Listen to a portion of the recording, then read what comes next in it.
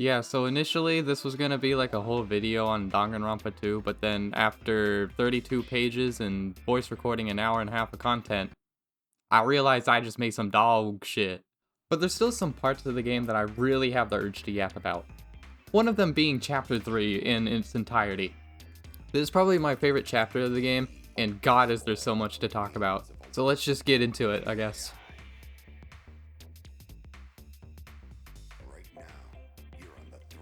Here's a quick speedrun of what happened before the start of Chapter 3 that influences some characters.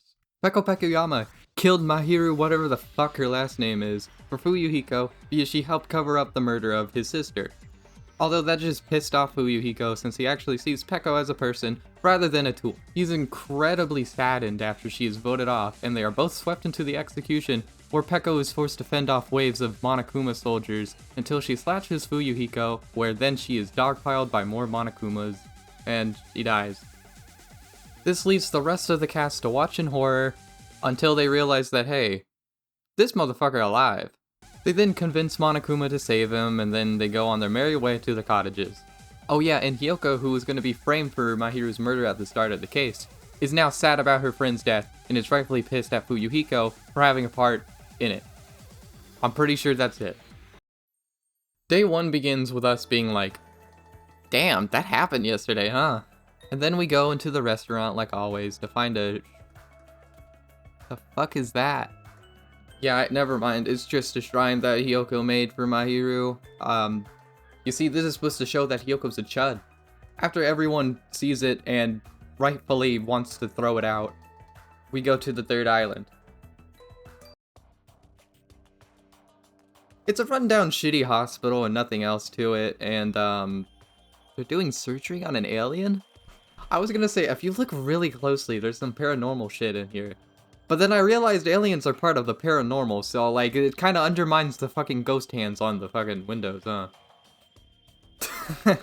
See, it's funny, cause, boobies. Despite the name, it's a small music venue that my glorious Queen Ibuki deserves to have, and rightfully does. Yeah, editor me here, I would just like to apologize for how I said glorious queen there. For some reason, I sound like a fucking pig. This place is used for a lore dump.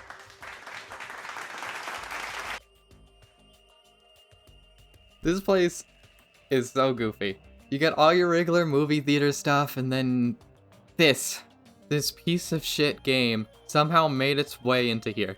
I'm definitely gonna buy it. Hajime, kill yourself. Monokuma forces everyone to watch a movie except Hajime, because he promised to give Monokuma $1.5 million in exchange for a sticker. Haji-chan. Those are all the places for this chapter's island, and I think it's my favorite one. Yeah, editor me here again. I completely forgot about the motel for some reason. It's there.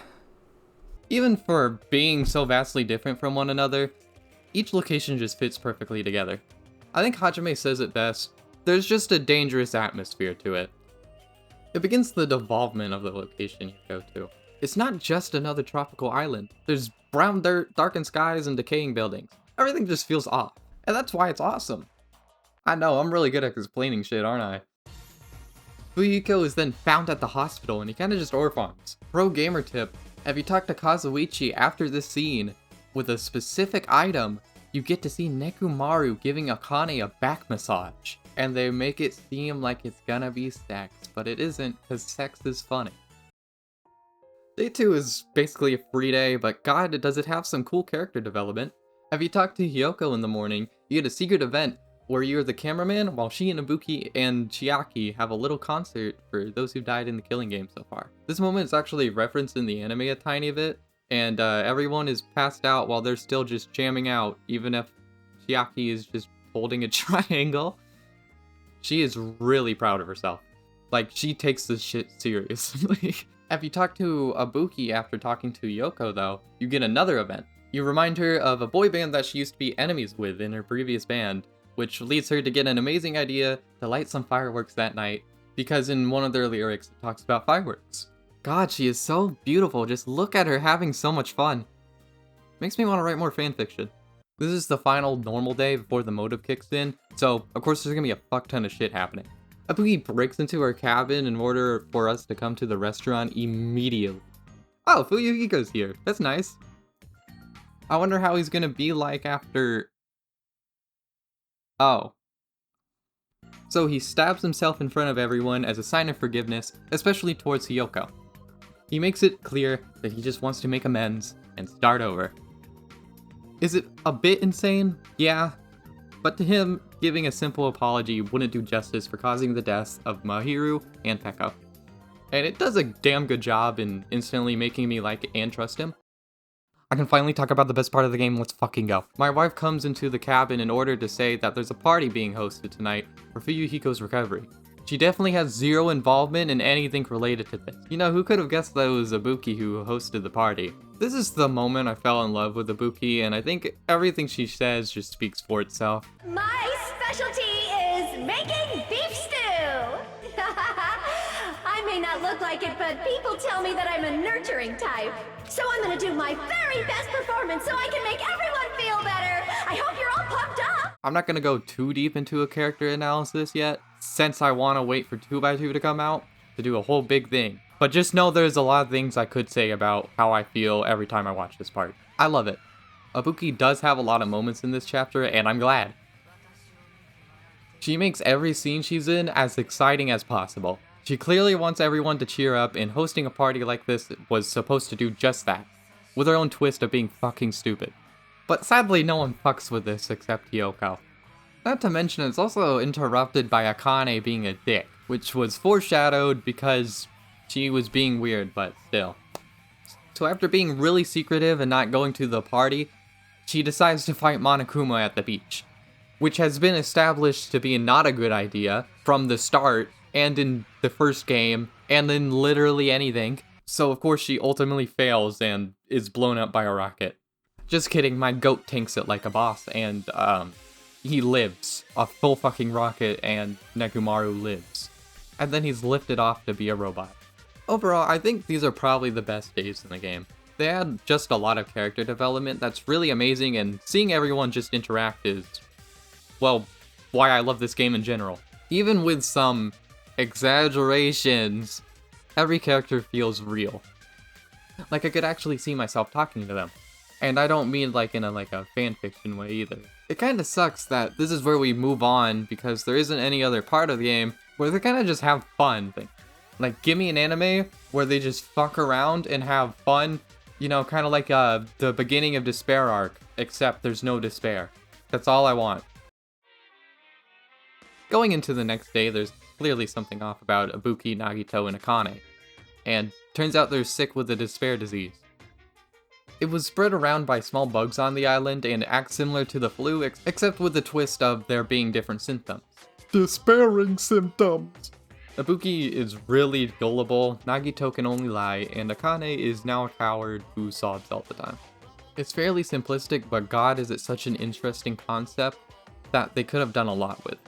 Taking these few characters and just practically inverting their personalities leaves the door open to so many possibilities, and headcanons to what everyone would be like if they got the despair disease themselves. Hopefully they do something more with this in 2x2, because I think it would be really awesome if they did it again. Once everyone has the chance to understand the new motive, Nagito tries to yab about hope, but since he has to lie, he's forced to say that he hates hope, which hurts him so bad that he falls to the ground. It's awesome. Or maybe it's just a coincidence and he just feels like shit. But that's not funny. Hashtag kill Nagito with hammers. So I think I wrote this part when I felt like shit, because it says, alright, I'm feeling like shit, so might as well burn my fucking anger out at this part. But I'm kinda happy right now, so I don't know how this will go. We get everyone to the hospital, and then meet up into the waiting room. See what the fuck we're gonna do. No one wants to get infected, so they obviously do not want a single part in taking care of everyone.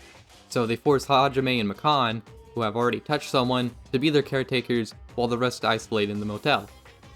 Fuyuhiko also decides to help out too, since he wants to show that he's reformed. So now the next few days are just taking care of the sick, and then leaving because Monokuma has only allowed one visitor to stay the night to treat Nagito.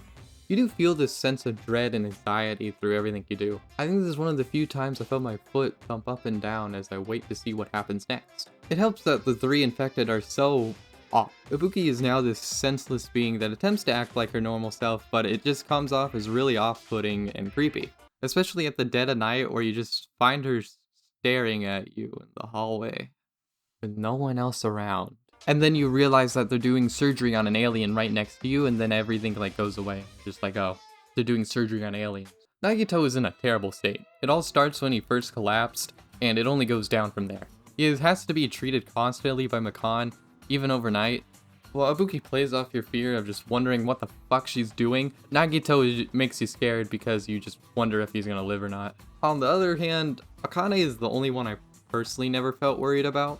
Sympathetic towards, yeah. After all, she did lead to Nekomaru tanking a fucking rocket, so you gotta feel something about her being forced to cry about what she did. Yeah, editor me here again. I just want to go over what I just said, actually, because now that I'm going over it, I understand what I was meant to say. So Akane is usually this strong, independent, mostly fearless character, but with the despair disease, she's forced to overcome these emotions.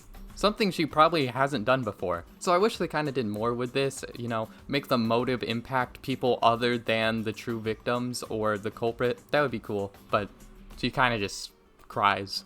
All in all, I feel like they did pick the best 3 characters to have this disease. And they use it pretty well at first. And then... oh my god. The culprit planned to stage Ibuki's suicide and call it there. But Hiyoko, wanting to use the mirror in the music venue, was sadly killed as well, as she would be a witness to the crime. So who did it? It's Makan. Of course it's Makan. Who else could it be? She was infected by the despair disease, and it made her remember her past. It gives the subtle hint that everyone in Class 77B was a remnant of despair. Ooh, illusion. But it's so painfully obvious that it's her. It's instantly foreshadowed by Hiyoko that she probably had already caught something from touching the patients. And the fact that she's more horny than usual, you kinda just know it's her. Not to mention she has the easiest opportunity to even move Ibuki to the music venue because she's in the hospital by herself. It also just feels like her murdering Ibuki and Yoko did nothing to anyone else. No one really has an impactful change due to them dying. I personally fucking hate that. Taking a look at every other case in the game, something important happens because someone died. The first case sets everything off, and it makes sure that the characters know that this is their reality. They're in a game of death. A killing game, if you will. The second case changes Fuyuhiko's entire attitude and adds to the overall tension of the story. The fourth case had to happen so everyone could escape the funhouse, which leads to Gundam and Nekomaru sacrificing themselves to make sure that the rest of the group push forward, and inspires them to push forward even if everyone has died. And the last chapter is there to find the traitor that has been talked about in every single chapter and shows Nagito's genius of being a dumbass. The third case does essentially nothing. Yeah, we get a glimpse of what happened at Hope's Peak, but what do these deaths accomplish? No one in this group feels anything towards Hiyoko or Ibuki at this moment. It sucks so much, especially because Ibuki was working her ass off at the start of the chapter in order to get everyone to enjoy themselves when they could, and the rest of the cast are kind of like, oh no. Wow, Nekomaru's a robot now? Hiyoko is a different story, where she's coming off her character arc just like Fuyuhiko. She's trying to better herself not only for her, but also Mahiru. And for her to just die because she wanted to use a mirror, we didn't have any other ideas. There isn't even like a good argument to why this would be a good murder. The best I could come up with was her desire to be more independent was actually her fall from grace as she tried to take a step for herself. But at the end of the day, she just wanted to use a fucking mirror. In the end, these two died because the game needed the case 3 quota of having a double kill and nothing really else. You could argue that yes, it's a killing game, people have to die, but that's kind of boring. In most cases, every other case has a real motive to kill. Makan just wanted to fuck around for the sake of despair. Hey, editor me here again. I would just like to say, yeah, I know Makan says that she doesn't really care about hope or despair, and she only does it for the love, which is Junko, but she is killing people because Junko wants despair, so in order to get Junko's love, she spreads more despair. Okay, I would just like to point that out. And that's pretty boring. I wrote this from my scrap script that I was talking about earlier, W foreshadowing by me. but it kind of just feels like they die for a gimmick. And after replaying this chapter months later, I still stand by that. Granted, there's still some cool ideas to this case. Makan is really smart in this. Like, she messes with the temperature to sabotage herself so she can't help in the case. That's so cool. Hajime being the only one to witness Ibuki's suicide is an amazing concept. Him being the only person who can catch Makan's contradiction, it's peak, what can I say? Makan, although I hate her with all my might, has the coolest breakdown ever as she pleads for everyone to accept her apology for what she did. Chaki eating glue, great character development on her department. Nagito is also bearable and acts cool for once. And not to forget Gundam, my glorious king, being the funniest motherfucker. I like the headcanon that he was just getting into his groove talking to people and is now more active in the group of lesser people. Cause it's cute. Other than that, there's the Wizard of Monami movie that mimics how Ibuki and Yoko are propped up and even foreshadows Case 4. And a thing I kind of realized too is that there's 4 rooms in the hospital, but they only use 3 to show that someone else had the despair disease. Just make Makan actually have a motive. Maybe she goes insane because she has to treat 3 by herself, and once she gets the despair disease, it triggers her to go mad and kill Ibuki.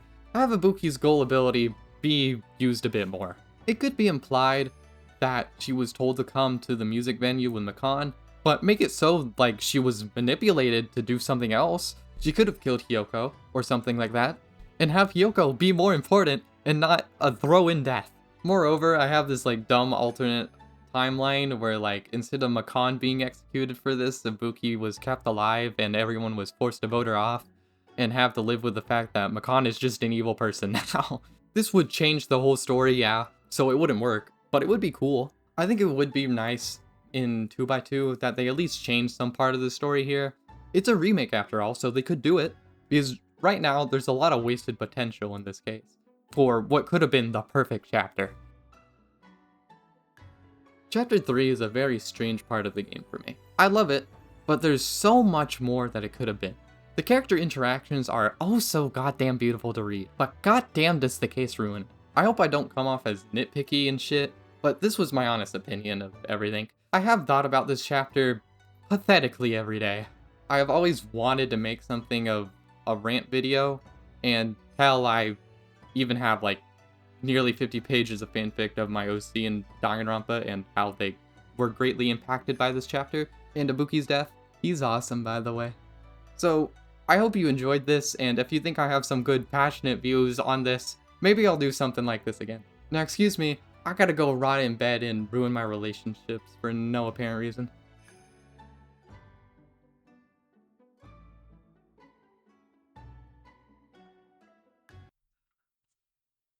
Festy leans back against the palm tree as he watches everyone who came out to enjoy the fireworks. Why'd she even force me out here if she knew I wouldn't talk to anyone? Ibuki hollers across the beach to him. Festy, get over here. We're gonna tie Hajime to the rest of the supply and see how high he gets. Hajime is horrified at her plan. Hey, you didn't say anything about that. Festy, hating Hajime's guts, contemplates his choice, ultimately deciding to join in. Coming.